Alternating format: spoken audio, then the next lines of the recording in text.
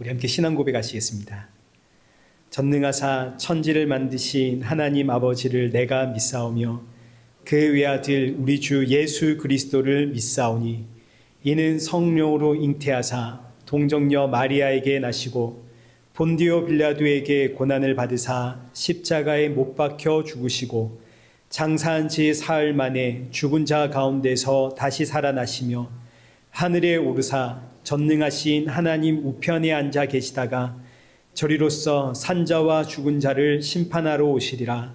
성령을 믿사오며 거룩한 공예와 성도가 서로 교통하는 것과 죄를 사하여 주시는 것과 몸이 다시 사는 것과 영원히 사는 것을 믿사옵나이다. 아멘.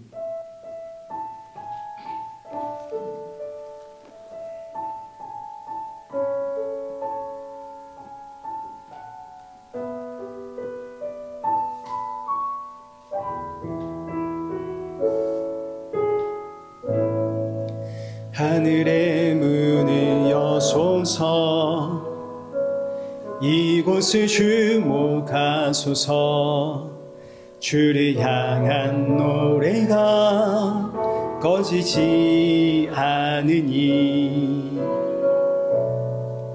하늘을 열고 오소서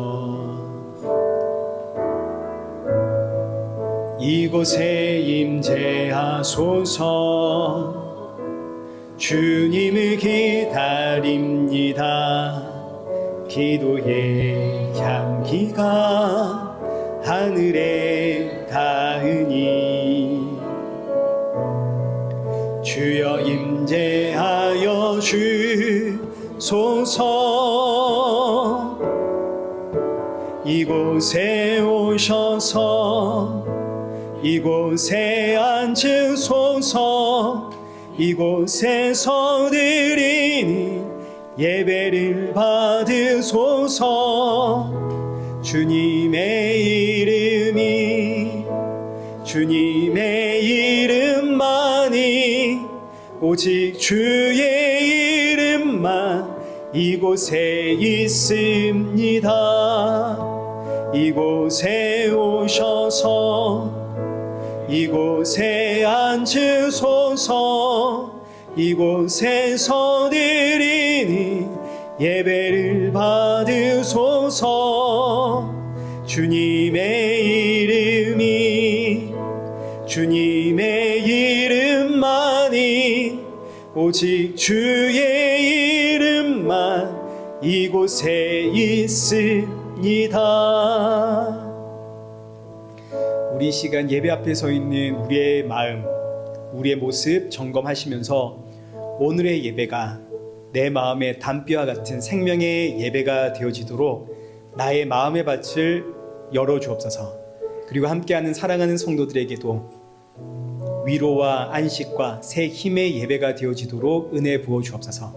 우리 함께 사모하는 마음으로 예배의 자리로 기도의 자리로 나가겠습니다. 기도하겠습니다.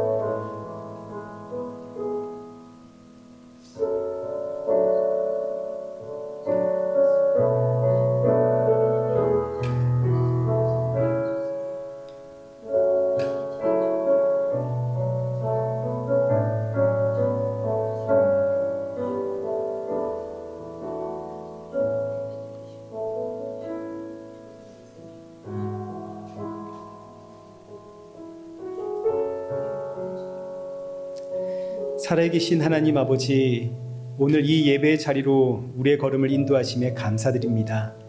지치고 상한 심령들이 이 자리에 모였사오니 오늘의 예배가 사랑하는 성도들에게 참 위로와 평안과 안식의 예배가 되게 하시고 주께서 주시는 이 생명의 말씀 붙잡고 새롭게 시작하는 이 한 주를 버티며 살아내며 날이 갈수록 예수님의 십자가의 은혜와 사랑이 더욱더 충만해지는 예수님을 닮아가는 우리 성도들 되게 하여 주옵소서. 예수님의 이름으로 기도드리옵나이다. 아멘. 우리 함께 교독문 제83번을 교독하시겠습니다. 교독문 제83번입니다. 주 안에서 항상 기뻐하라. 내가 다시 말하노니 기뻐하라.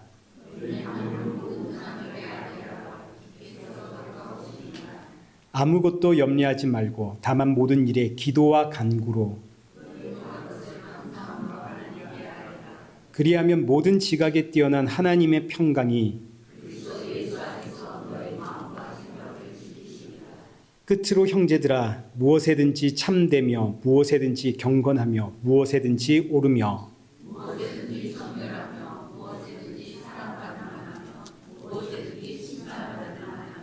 무슨 덕이 있든지 무슨 기림이 있든지 이것들을 생각하라. 함께 읽겠습니다. 그리하면 평강의 하나님이 너희와 함께 계시리라. 아멘.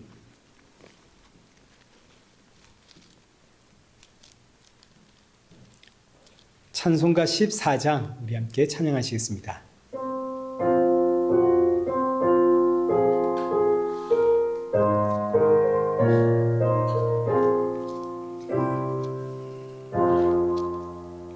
주리 하나님 하늘에 계시니 온 천하 만민 주 앞에 찬송하니 이 천지 만물도 주 앞에 엎드려 그 거룩하신 이름 일일로 비네 주 언약하신 것 끝까지 지키니 저 하늘나라 향하여 곡하리라. 주 얼굴 배울 때 내 마음이 기쁘고 영원히 주의 영광을 찬양하리.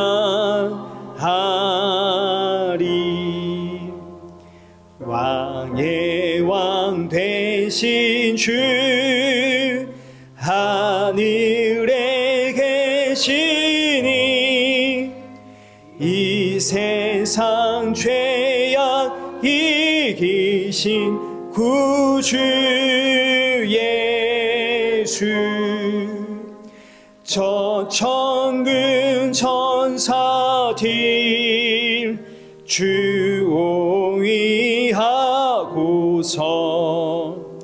무성도 함께 영원히 늘 섬기네.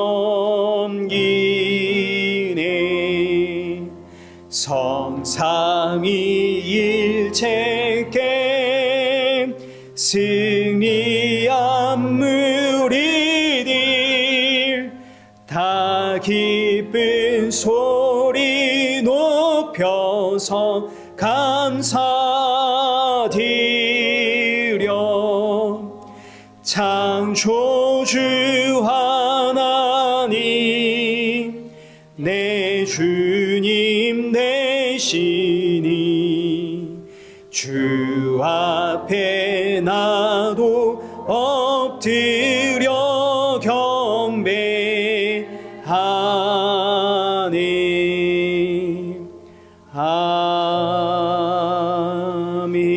아멘. 성경 봉독하시겠습니다. 우리 오늘 보실 하나님의 말씀은 에베소서 1장 18절에서 19절입니다. 우리 두 절의 말씀 한 목소리로 읽겠습니다. 18절과 19절 시작.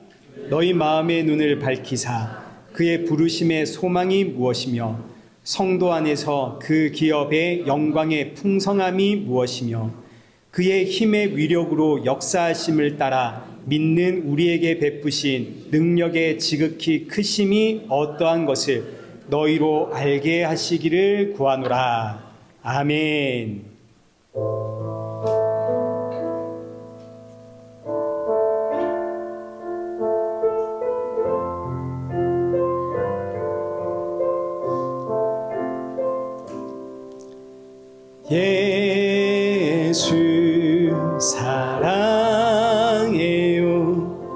나 주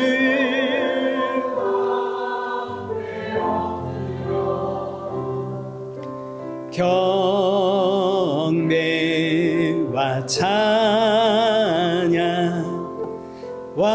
함께 드리네. 할렐루야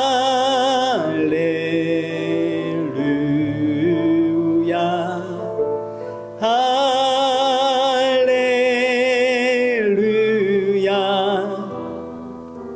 할렐루야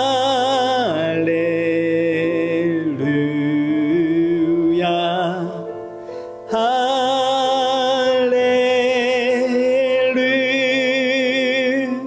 기도하겠습니다.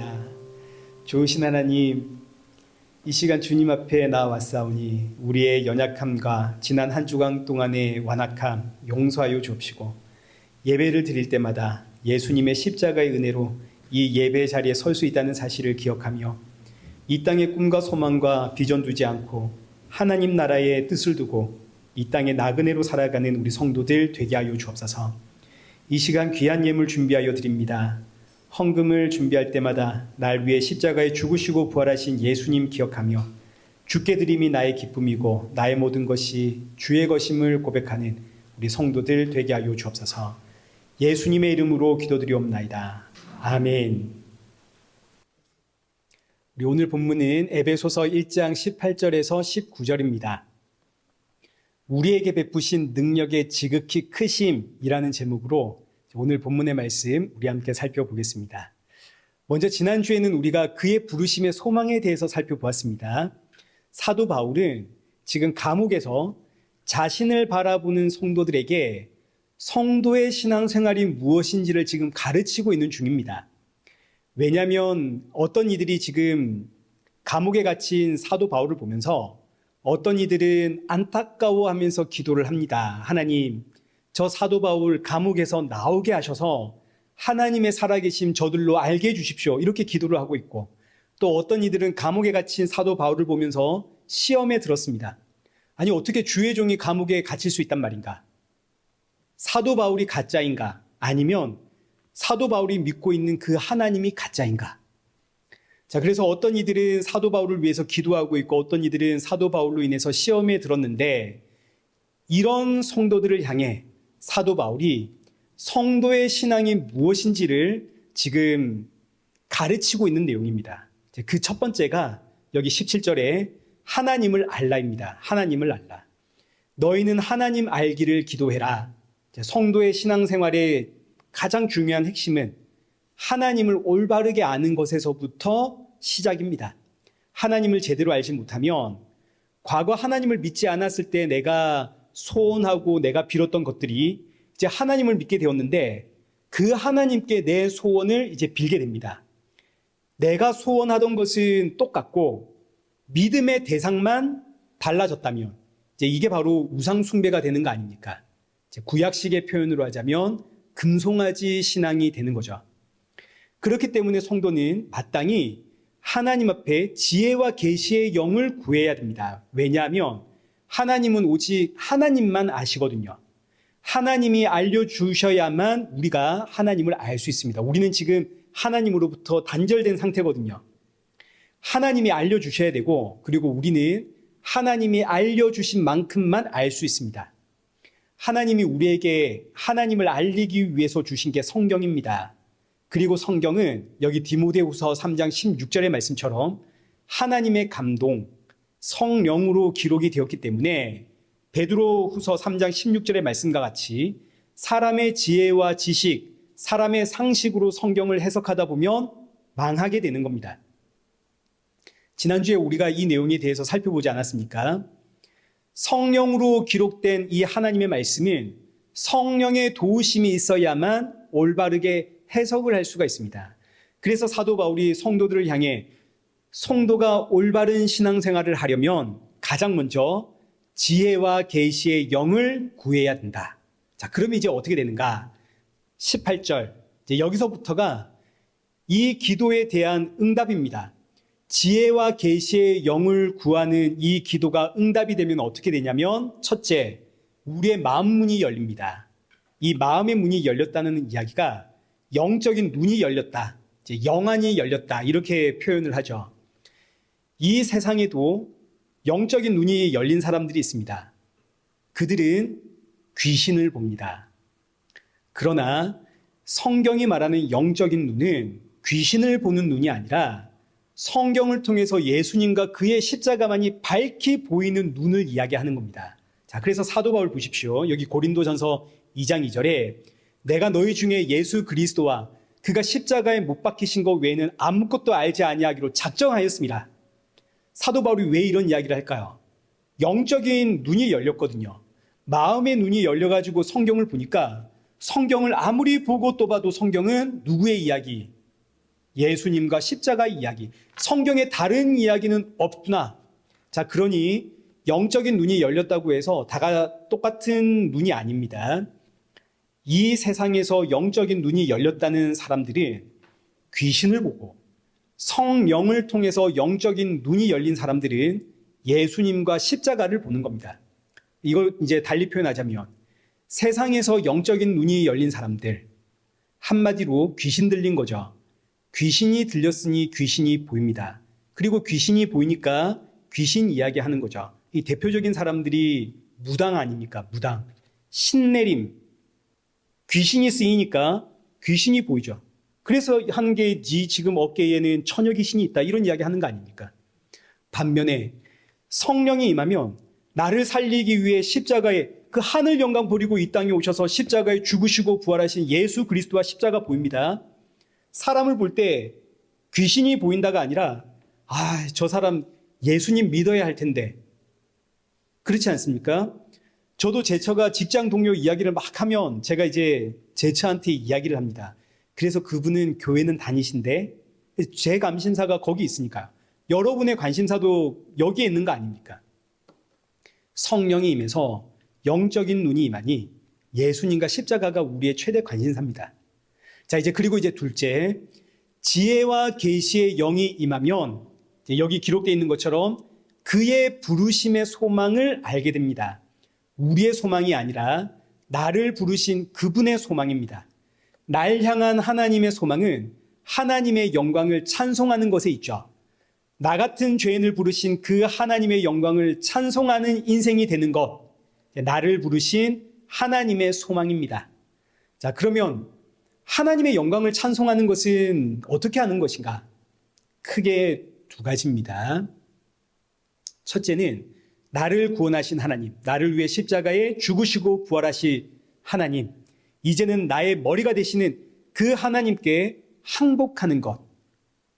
예수 그리스도 앞에 항복하는 것이 하나님의 영광을 찬송하는 일입니다. 저와 여러분이 어떤 재능을 갈고 닦아가지고 아주 훌륭하고 위대한 업적을 쌓고 사람들한테 칭찬받는 게 하나님께 영광 올려드리는 거 아닙니다. 하나님의 영광을 찬송하는 일은 저와 여러분이 예수님 앞에 항복하는 일입니다. 나의 머리가 되신 예수님 앞에. 자, 둘째는 죄와 사망에서 나를 구원하시어 하나님 자녀 되게 하신 그 예수 그리스도와 십자가를 증거하는 것이 하나님의 영광을 찬송하는 일입니다. 하나님의 영광이 예수님이시거든요. 예수님 앞에 항복하고 예수님을 증거하는 것, 이것이 성도가 하나님의 영광을 찬송하는 일이고, 이것이 하나님이 저와 여러분을 부르신 소망입니다. 그리고 이 소망이 우리에게는 말로 표현할 수 없는 은혜죠. 하나님께서 나를 지명하여 부르실 이유가 없지 않습니까? 내가 특별히 잘난 것도 아니고, 특별히 윤리 도덕 의식이 강한 것도 아니고, 뭔가 내가 뛰어난 죄주가 있는 것도 아니고, 너무너무 평범한데, 심지어 알고 보니 나는 죄인 중에서도 괴수입니다. 그런데 하나님께서 이유가 없습니다. 창세전에 나를 아시고 나를 지명하여 나를 통해 하나님의 소망을 이루겠다고 때가 되어 나를 찾아와 믿음 넣어주시고 새로운 피조물 되게 하시고 하나님의 자녀 삼아 나를 통해 하나님의 영광 찬송케 하시니, 하나님의 부르심의 소망을 우리에게는 정말 말로 표현할 수 없는 은혜입니다. 자, 그리고 나서 이제 셋째, 지혜와 계시의 영이 임하면 이제 성도는 무엇을 알게 되는가? 이제 오늘 본문 여기 18절 하반절에 있는 말씀처럼 그 기업의 영광의 풍성함이 무엇인지를 알게 됩니다. 자, 이 말씀이 좀 어렵죠. 그 기업의 영광의 풍성함. 여기 기업이라고 하는 단어는 여러분 우리가 몇 주 전에 우리가 이 기업에 대해서 살펴보지 않았습니까? 기억이 나실 겁니다. 기업이라고 하는 단어는 하나님을 뜻합니다. 그러나 사실 이 기업이라는 단어와 하나님이 직접적인 연관성이 있는 건 아닙니다. 왜냐하면 이 기업이라는 단어가 상속 재산이라는 뜻이거든요. 이 단어 자체로는 하나님과 아무런 관계가 없지만 그러나 이 문맥 속에서 나에게 이 기업을 주시는 분, 나에게 상속 재산을 주시는 분이 하나님이십니다. 하나님이 나에게 상속 재산을 주신다 이러면 이 의미는 내가 하나님의 자녀가 되었다는 게 전제가 된 거 아닙니까? 그러니 기업을 준다라는 이 의미 속에는 하나님이 나를 하나님의 자녀 삼으셨다는 하나님의 놀라운 은혜가 담겨 있는 표현입니다. 자, 동시에 기업이라는 단어가 상속 재산을 뜻하는데 상속 재산은 이 땅의 것이 아닙니다. 하나님이 주시는 상속 재산은. 지난주에도 보았지만 요한일서 2장 16절. 세상에 있는 것이 육신의 종욕, 안목의 종욕, 이생의 자랑이니 다 아버지께로부터 온 것이 아니요 세상으로부터 온 것이라. 이 세상에 지금 존재하는 모든 것들은 하나님으로부터 온 것이 아니고 세상에서 왔습니다. 자, 이 의미는 이 세상을 창조하신 분이 하나님이시지만 아담의 선악과 사건 이후로 이 세상은 하나님으로부터 단절된 채 죄와 사망의 세상이 되어버렸습니다. 그렇기 때문에 하나님의 창조 그리고 나서 하나님과 단절된 그 이후로 이 세상이 발전시킨 그 모든 것들, 과학, 문화, 기술 등등등 이 세상이 발전시킨 모든 것들은 이 세상이 자력으로 발전시킨 것이기 때문에 그리고 이 발전의 원동력이 육신의 정욕, 안목의 정욕, 이생의 자랑이기 때문에 그래서 하는 말이 선악과 사건 이후로 이 세상에 발전된 모든 것들은 하나님에게서 온 것이 아니다 이겁니다. 충분히 이해되시죠? 자, 그러니 당연히 하나님이 우리에게 주시는 상속 재산은 이 땅의 것이 아닙니다. 자, 그러면 이 상속 재산은 어디에 있는 것이겠습니까? 당연히 하늘에 있는 것이겠죠. 여기 베드로전서 1장 4절에 하나님께서 우리에게 주실 기업을 이렇게 설명을 합니다. 썩지 않고 더럽지 않고 쎄하지 아니하는 유업을 있게 하시나니 곧 너희를 위하여 하늘에 간직하신 것이라. 우리가 받을 기업은 썩지도 않고 더럽혀지지도 않고 녹슬지도 않는 하늘의 기업입니다. 이 말씀 가지고 우리가 이제 천국에 가면 우리의 기업이 있는데 이 땅에서 어떻게 살았는지에 따라서 우리의 기업이 달라진다. 하나님의 말씀대로 열심히 전도하고 헌금하고 충성하고 봉사하고 그랬다면 이제 천국에서 황금 보석집을 받을 것이고 그냥 교회만 왔다 갔다 그러면 판잣집에서 살 것이다. 이러시면 안 된다 이겁니다. 왜냐하면 천국은 차등이 있고 천국에 차별이 있다면 거기가 어떻게 천국이 되겠습니까? 우리는 이 자본주의 세계관 속에서 태어났기 때문에 자본주의적인 사고로 천국을 생각하니까 열심히 일한 자에게는 황금집을, 열심히 일하지 않은 자에게는 판잣집을, 그리고 나서 이제 경쟁을 부추기는 겁니다. 이게 이제 자본주의 세계관에서 성경을 보니까 일어나는 이제 병폐입니다. 천국은 이런 곳이 아니다. 그러니까 여기서 나온 사상이 공산주의입니다. 천국은 경쟁하는 곳이 아니다. 모두가 차별 없이 똑같은 대우를 받는 곳이 천국이다. 그래서 나온 게 공산주의 아닙니까? 공산주의도 사실 성경에서 나온 개념이거든요. 사람의 상식과 사람의 지혜로 성경을 보니까 공산주의라고 하는 개념이 튀어져 나오는 겁니다. 그러나 천국은 공산주의도 아닙니다. 그럼 천국은 뭡니까? 시편 23편 다윗이 고백하죠. 내가 사망의 은침한 골짜기를 다닐지라도 해를 두려워하지 않는 것은 누가 나와 함께 하시기 때문에, 주께서 나와 함께 하시기 때문에. 이 의미는 그곳이 어디든 주가 나와 함께하면 그것이 어디라는 이야기입니까? 천국이라는 이야기죠. 우리의 기업이 하늘에 있다고 해서 하늘에 가봤더니 거기에 하나님이 없더라. 그럼 거기는 천국인가요? 아닌가요? 천국이 아니죠. 하나님이 계시니까 천국입니다. 마찬가지 기업을 받으러 갔는데 기업은 받았는데 거기에 하나님이 없습니다. 그럼 이 기업이 의미가 있나요, 없나요? 아무런 의미가 없죠. 성도의 기업은 그래서 하나님이시고 하나님이 곧 천국입니다. 하나님이 없는 천국, 하나님이 없는 기업은 아무런 의미가 없죠.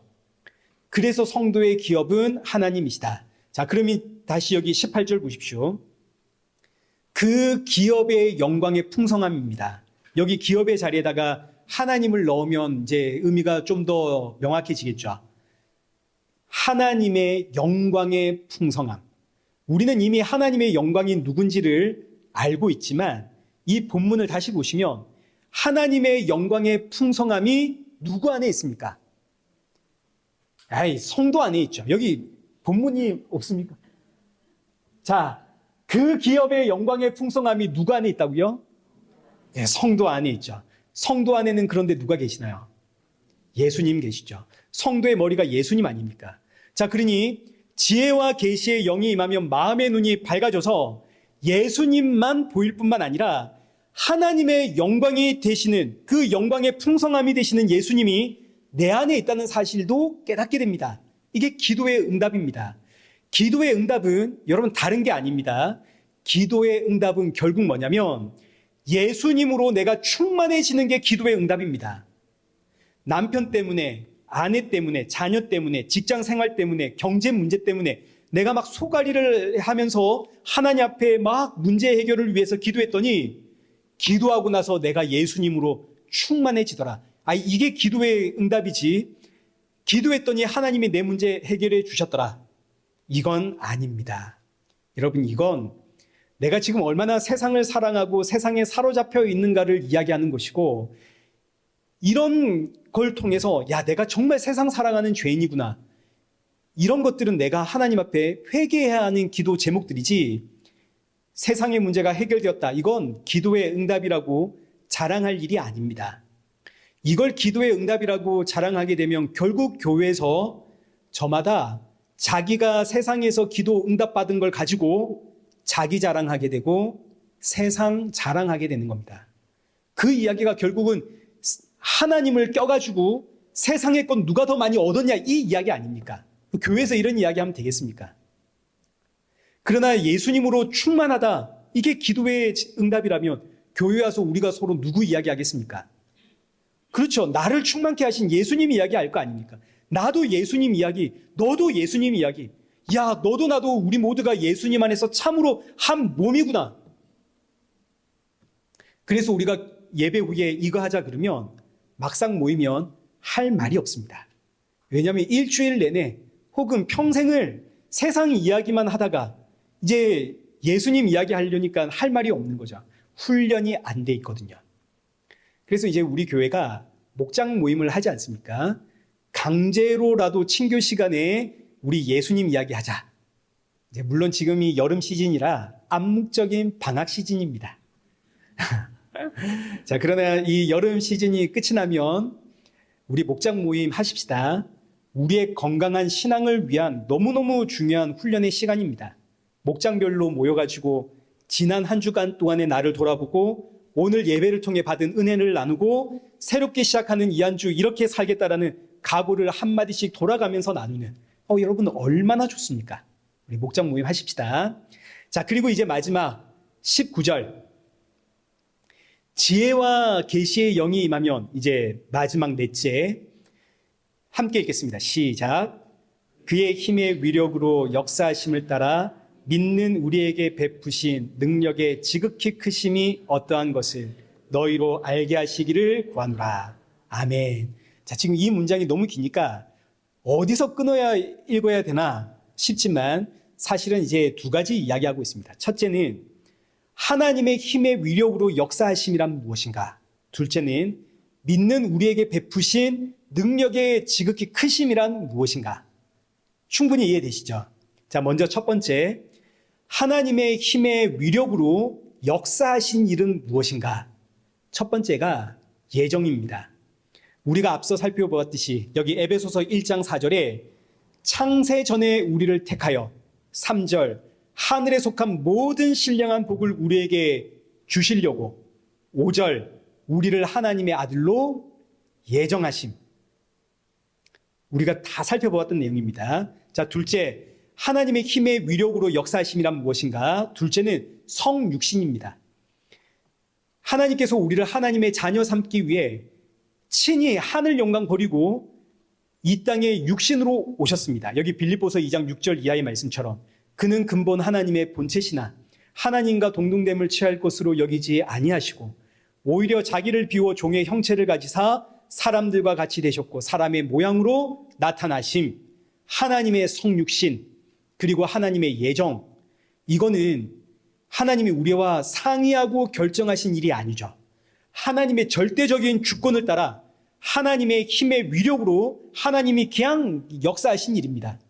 하나님의 힘의 위력이 창세전의 예정과 하나님의 성육신으로 역사한다.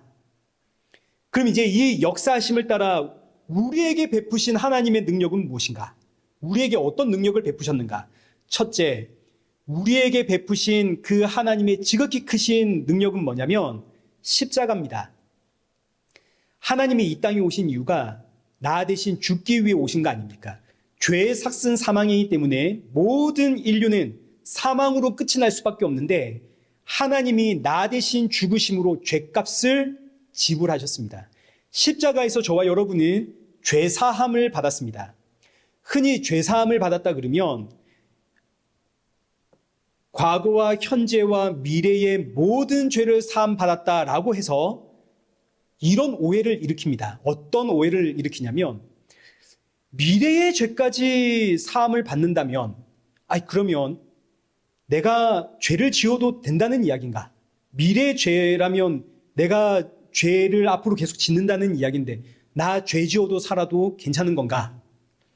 과거와 현재의 죄사함은 내가 이해가 되지만 미래의 죄는 죄사함이 아니라 아예 죄를 안 짓게 하셔야 되는 거 아닌가? 이런 생각, 이런 오해를 하게 되거든요. 왜 이런 생각을 하게 되냐면 우리는 죄라고 할 때 이 죄를 윤리 도덕적 기준으로 평가하기 때문입니다. 그러나 성경의 죄는 뭐냐면 하나님으로부터 끊어진 게 죄입니다. 우리가 생각하는 윤리 도덕적 기준의 죄는 하나님으로부터 끊어졌기 때문에 나오는 증상들입니다. 감기에 걸리면 열이 나고 기침을 하게 되고 재채기를 하게 되듯이 하나님으로부터 끊어졌기 때문에 하나님께 없는 증상들이 나오기 시작하는 게 이제 우리가 이야기하는 윤리 도덕적인 죄의 모습들입니다. 그러니 죄사함이란 우리가 늘 짓는 윤리 도덕적인 죄를 용서받았다 이게 아니라 하나님으로부터 끊어진 내가 예수님의 십자가를 통해서 다시 하나님께 붙었다. 이게 죄사함입니다.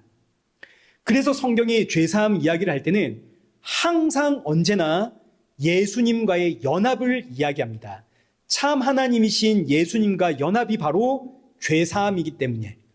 그래서 이제 우리가 앞으로 계속 살펴보게 되겠지만 여기 에베소서 2장 3절 하반절에 보시면 우리는 본질상 무슨 자녀입니까? 진노의 자녀죠. 죄인이라는 뜻입니다. 그럼 이제 그 다음은 죄사함에 대한 이야기가 나와야 되는데 이 죄사함을 어떻게 표현하냐면 4절에 긍휼이 풍성하신 하나님이 우리를 사랑하신 그 큰 사랑을 인하여 허물로 죽은 우리를 그리스도와 함께 살리셨고, 여기 함께가 중요한 거거든요. 그 다음에 이어지는 말씀, 또 함께 일으키사. 죄사함을 예수님과의 연합으로 표현을 한다고요. 예수님이 하나님이시거든요. 하나님과 화목함을 이룬 게 죄사함입니다. 하나님으로부터 단절된 게 죄가 되고 하나님으로부터 화목을 이룬 것이 죄사함이고, 여기에 대해서 우리가 계속 앞으로 살펴보게 될 겁니다. 자, 이제 둘째, 하나님께서 우리에게 베푸신 능력의 지극히 크심은 뭐냐면 부활입니다. 부활. 하나님이 십자가의 죽으심으로 내 죄값을 지불했다. 이제 여기서 끝난 게 아니라 사망에서 나를 다시 살려내셨죠. 아담의 선악과 사건 이후로 태어난 모든 인생은 사망에서 태어났습니다. 생명의 근원이신 하나님으로부터 끊어진 채 태어났기 때문에 우리는 지금 살았다 생각하지만 사실은 산 게 아니죠. 죽은 겁니다. 하나님 보시기에 죽었습니다. 그러나 이제 하나님이 내 죄를 짊어지고 십자가에 죽으심으로 이제는 더 이상 사망이 나를 붙잡아 둘 수가 없습니다. 우리는 사망에서 새로운 생명을 얻은 새로운 피조물이 되었습니다. 죽음에서 생명을 얻은 새로운 피조물, 죽음에서 생명을 얻었다. 이게 바로 부활 아닙니까? 이제 성도는 이제 두 가지의 부활을 맞이하게 되는데, 첫 번째 부활은 영적인 부활입니다. 예수님을 믿게 되는 그 순간 죽음에서 생명을 얻게 되는 영의 부활을 맞이하게 되고, 지금 우리가 이 영의 부활을 맞이한 상태죠. 둘째는 예수님 다시 오시는 날 몸의 부활을 맞이하게 됩니다. 지금 우리가 입고 있는 이 몸은 죄와 사망의 몸이거든요. 그러나 우리 주님 다시 오시는 그날에는 이 몸을 벗고 예수님과 같은 점도 흠도 티도 없는 거룩한 부활의 몸을 입게 됩니다. 여기 고린도전서 15장 49절 말씀에 우리가 흙에 속한 자의 형상을 입은 것 같이 또한 하늘에 속한 이의 형상을 입으리라. 흙에 속한 자의 형상이란 아담의 형상을 뜻합니다. 아담이라고 하는 이 단어의 뜻이 흙이라는 뜻이거든요. 흙, 티끌, 먼지. 지금 우리는 흙으로 지어져 있는 아담의 형상을 입고 있는 중입니다. 그러나 예수님이 다시 오시는 그날에는 하늘에 속한 이의 형상을 입습니다. 여기서 하늘에 속한 이는 예수님입니다. 예수님이 부활의 새 몸을 입고 부활의 몸을 입고 하늘로 승천하지 않았습니까? 지금 예수님은 부활의 몸을 입고 하늘에 계시거든요. 그 예수님이 다시 이 땅에 오시는 날 성도는 그 예수님과 같은 부활의 새 몸을 입게 된다. 그래서 이제 이어지는 본문 20절 말씀을 보시면 여기 20절의 말씀이 19절의 설명입니다. 20절에서 하나님이 우리에게 베푸신 그 능력의 지극히 크심을 이제 다시 한번 설명을 하는데, 그게 뭐냐면 그의 능력이 그리스도 안에서 역사하사 죽은 자 가운데서 다시 살리시고, 부활의 이야기로 자연스럽게 넘어가죠. 우리에게 베푸신 하나님의 능력은 크게 두 가지입니다. 첫째는 십자가에서의 죄사함이고 둘째는 부활이다. 그러니 지혜와 계시의 영이 임하면 성도는 마음의 눈이 밝아져서 창세전 나를 예정하심과 하나님의 성육신과 예수님의 십자가와 죄사함과 성도의 부활, 이걸 이제 깨닫게 되는 겁니다. 이것이 하나님의 위력으로 역사하심이고 우리에게 베푸신 능력의 지극히 크심입니다. 자, 그럼 이제 우리가 한번 생각해 보십시다. 지금 이 본문의 말씀들을 가만히 보시면 하나님께서 우리에게 내가 너에게 기도하면 능력 주겠다가 아니라 하나님께서 이미 우리에게 베푸신 그 역사하신 능력이 무엇인지를 알아가길 위해 기도해라 라고 지금 기록이 되어 있죠. 성도의 신앙생활이 바로 여기에 있는 겁니다. 여러분, 이게 너무나 중요한 말씀입니다. 우리는 이걸 까꿀로 하거든요. 너무 중요한 말씀입니다. 성도의 신앙생활은 하나님께 능력 주십시오가 아닙니다.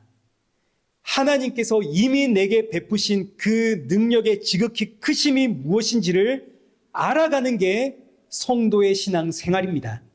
예정과 성육신과 십자가와 부활, 이 의미를 더욱더 깊이 알아가기 위해 기도하는, 이게 성도의 신앙생활입니다. 근데 우리는 혹 자꾸 하나님 앞에 하나님 이 문제 해결해 주십시오, 하나님의 능력을 보여주십시오 라고 기도하고 있지는 않은가, 내 모습 한번 돌아봐야 됩니다. 점검해야 됩니다. 구약의 이스라엘 백성들 왜 망했는지 아십니까? 여러 가지 이유가 있겠지만 그 중에 하나가 이스라엘 백성들이 자꾸 하나님께 능력 달라고 요구만 합니다. 하나님, 이 일만 해결해 주시면 내가 진짜 주를 위해 살겠습니다. 이스라엘 백성들은 이 기도만 하다가 망합니다. 근데 이 모습이 우리의 모습은 아닌가 돌아봐야 되는 겁니다. 출애굽의 이스라엘 백성들 한번 생각해 보십시오. 이스라엘 백성들이 하나님의 기가 막힌 그 애굽에 내려지는 10가지 재앙을 봤죠. 그 재앙을 보고 애굽에서 나왔습니다. 광야로 나와 홍해 앞에 서니까 세상에 큰일 났습니다. 홍해 때문에 우리가 다 죽게 생겼습니다.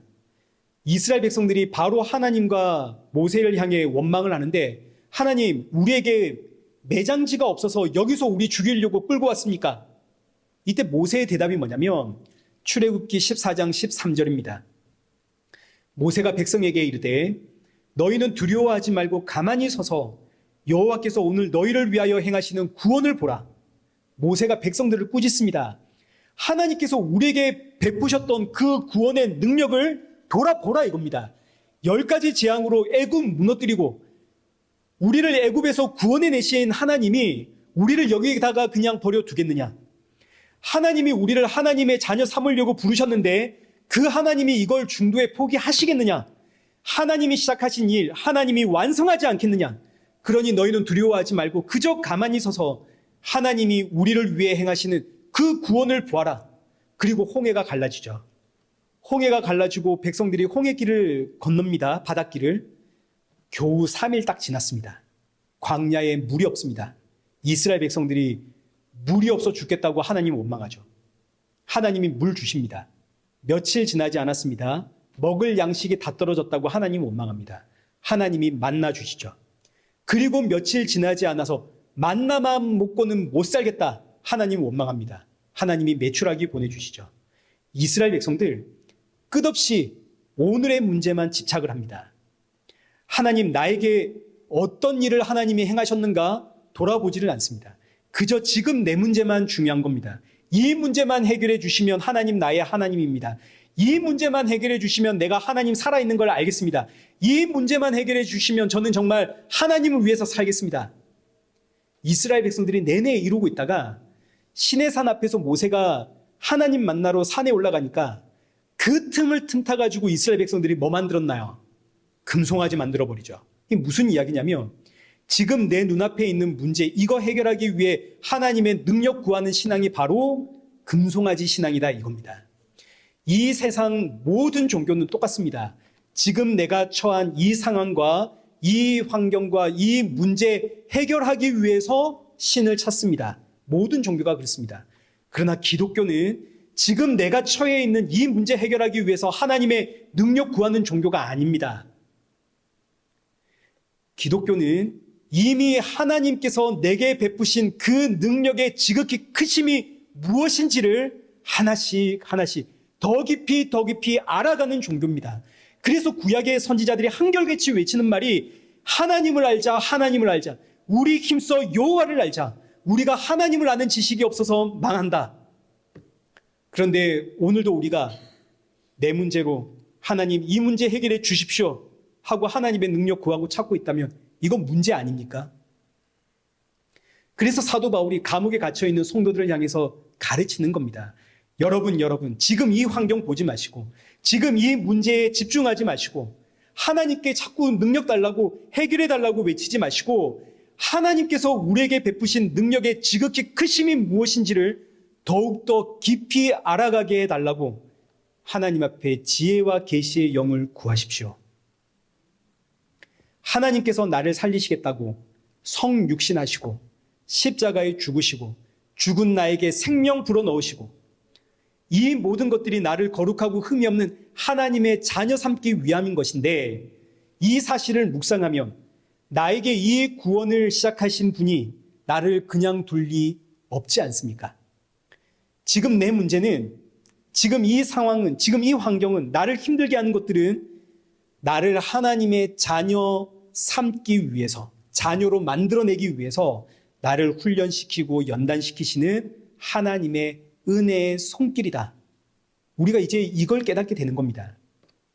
무엇보다 이 땅의 문제는 아무리 해결이 되어도 결국 모든 사람은 죽음으로 끝이 납니다.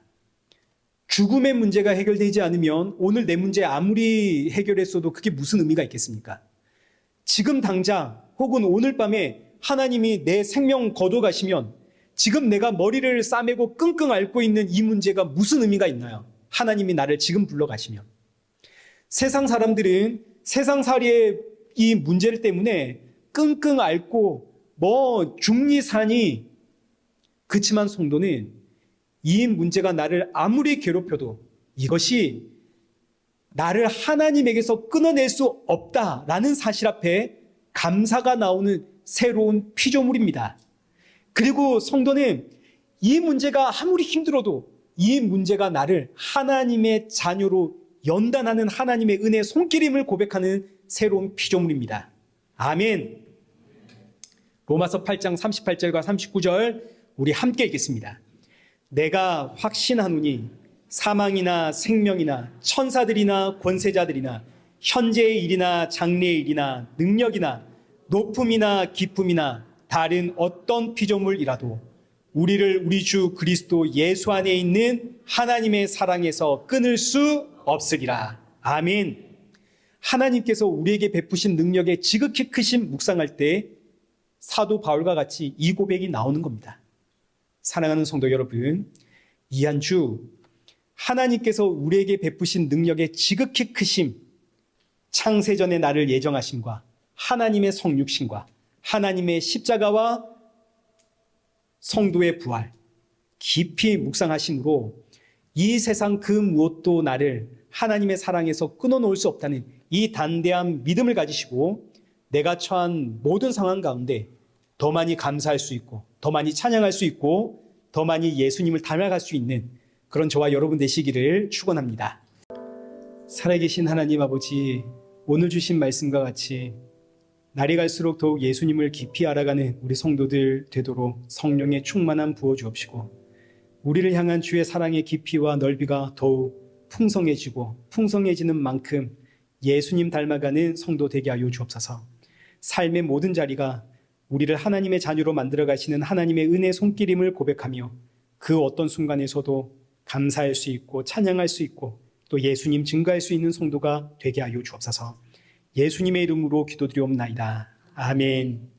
이제는 우리 주 예수 그리스도의 은혜와 성부 하나님의 크신 사랑과 성령 하나님의 위로교통 충만하심이 부르신 사명에 감사하며 맡기신 사명에 충성하며 주님 만날 그날 사모하는 우리 일의 교회와 성도들과 온 세계 교회 머리머리 위에 이제로부터 영원토록 함께 있을지어다. 아멘.